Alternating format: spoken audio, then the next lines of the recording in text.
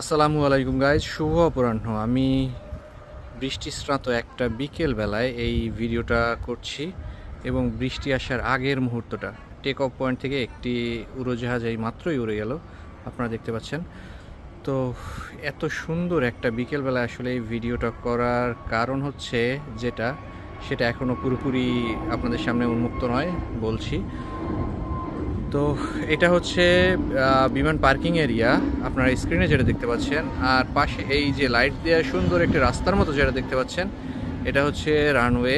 আর ওপারে আছে বিমান বাহিনীর সদর দপ্তর এবং ঘাঁটি সহ ওদের আনুষঙ্গিক জিনিসপত্র। যেটা মূলত উদ্দেশ্য ভিডিওটা করা, সেটা হচ্ছে আমি এখন ছাদের উপরে আছি। ছাদ বাগানের ডিফারেন্ট টাইপের গাছ এবং ফলমূলের সাথে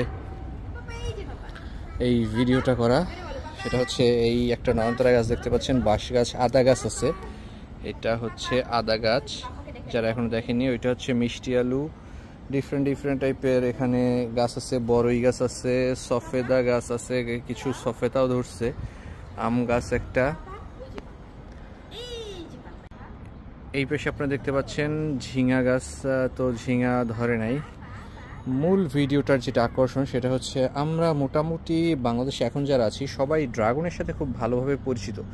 ড্রাগন আমাদের দেশে এখন একটা জনপ্রিয় ফল হিসেবে মোটামুটি দেখা যাচ্ছে সব জায়গায়। ড্রাগনটা খুব বিশেষ আকর্ষণীয় একটা ফল। তো ড্রাগনটা আসলে কিভাবে হয় এবং কিভাবে বাংলাদেশে আসলো এবং এর উদ্দেশ্য কোথা থেকে আসলো, এর ব্যাপারে একটু কথা বলা। সেটা হচ্ছে ড্রাগন মূলত একটা মরুভূমির উদ্ভিদের জাত ড্রাগন। তো মরুভূমিতে বিভিন্ন ধরনের উদ্ভিদ হয়, তার মধ্যে ক্যাকটাস হচ্ছে মরুভূমির সব থেকে জনপ্রিয় একটা গাছ। ক্যাকটাসের মাধ্যমে মরুভূমিতে যত জীবজন্তু পশু প্রাণী আছে, প্রায় হাফ অফ দ্য জীবগুলো আসলে ক্যাকটাসের মাধ্যমেই জীবিত থাকে। তো ক্যাকটাসের একটা শ্রেণী হচ্ছে এই ড্রাগন ফল।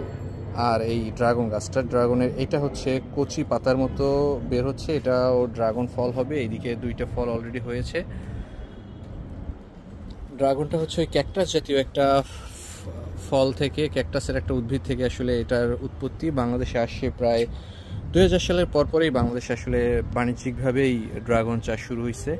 তো আপনারা গাছটা দেখেই বুঝতে পারছেন, গাছটা বেশ অনেক পরিচিত আমাদের রাস্তাঘাটে এবং অনেক আনাচে কানাচে বিভিন্ন ধরনের কাটা ঝোপঝাড়ে ক্যাকটাস টাইপের যে উদ্ভিদগুলো দেখা যায়, গাছটা মোটামুটি একদম ওরকমই।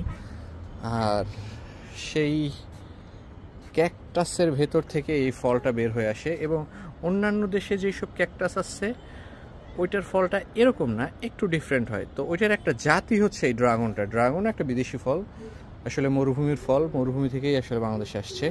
তো ড্রাগনের ব্যাপারে কথা বলা শেষ। এখন হচ্ছে ডালিম। ডালিম হচ্ছে আমাদের একটা দেশি ফল। এখানে ফুল ফুটছে, ফল ফোটে নাই। পেয়ারা একটা পেয়ারা দেখতে পাচ্ছি, বেশ বড় একটা পেয়ারাও আছে পেয়ারা ছাদ বাগানে। এখানে বেগুন গাছ আছে, মরিচ গাছ আছে, এইদিকে জাম্বুরা গাছ আছে। এইটা জাম্বুরা, এটা হচ্ছে জাম্বুরা গাছ। এইদিকে লেবু গাছ আছে, এগুলো সব লেবু গাছ। লেবু গাছের পরে ওইদিকে আরও কিছু ড্রাগনের গাছ দেখতে পাচ্ছি। এদিকে ড্রাগনের গাছ আছে, এটা লেবু গাছ। কলা গাছ আছে। আকর্ষণীয় জিনিস হচ্ছে কলা। কলা হচ্ছে পটাশিয়ামে ভরপুর একটি পুষ্টি সমৃদ্ধ এবং পৃথিবীর সব থেকে সস্তা ফল হচ্ছে কলা, এবং পটাশিয়ামে প্রচুর ভরপুর, ইনস্ট্যান্ট এনার্জি দেয় কলা। এইদিকে আখ গাছ আছে, এটা হচ্ছে ইক্ষু। একটা মরিচ গাছে একটা মরিচ ধরছে, মরিচ পেকেও গেছে অলমোস্ট। দেন এইদিকে আছে কি, এটা মরিচ গাছ, এটা অ্যালোভেরা গাছ আছে। অ্যালোভেরা, পুঁইশাক আছে, বেশ কিছু গাছ লাগানো হয়েছে পুঁইশাকের। আর এইটার ব্যাপারে আমাকে একটু স্টাডি করতে হবে, আমি এখনো সঠিক বলতে পারছি না আসলে এই গাছটা কি গাছ। আচ্ছা, তুমি কি বলতে পারবা এই গাছটা কি গাছ? ফুলের গাছ মনে হচ্ছে না, এখানে ফুলের গাছ লাগানোর কথা না, ছাদে অন্তত। তো সেই ব্যাপারে আমি একটু পড়াশোনা করব যে আসলে এটা কি গাছ। ফুলের গাছ এটা, নয়নতারার ছোট্ট একটা চারা এবং ছোট্ট একটা ফুল ফুটছে সাথে। এটা কি পুদিনা? না, পুদিনা তো এমন হয় না। এটা কি গাছ আমি সঠিক বলতে পারছি না। তো থ্যাংক ইউ সবাইকে, এখান থেকে বিদায় নিচ্ছি। আল্লাহ হাফেজ।